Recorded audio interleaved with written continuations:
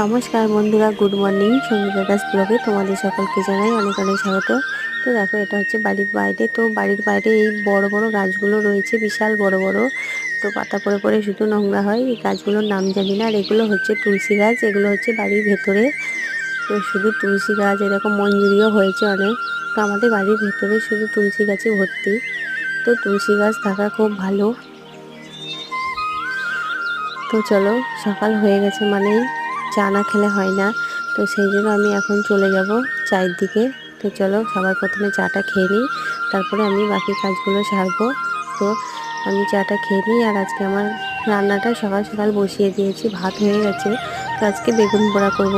তো সেই জন্য আমি এখন গ্যাসে বেগুনটা পোড়া হতে দিই, আর সেই ফাঁকে আমি চাটা খেয়ে নিই। তো তোমাদের কার কার বেগুন পোড়া খেতে ভালো লাগে প্লিজ আমাকে কমেন্টে জানিও।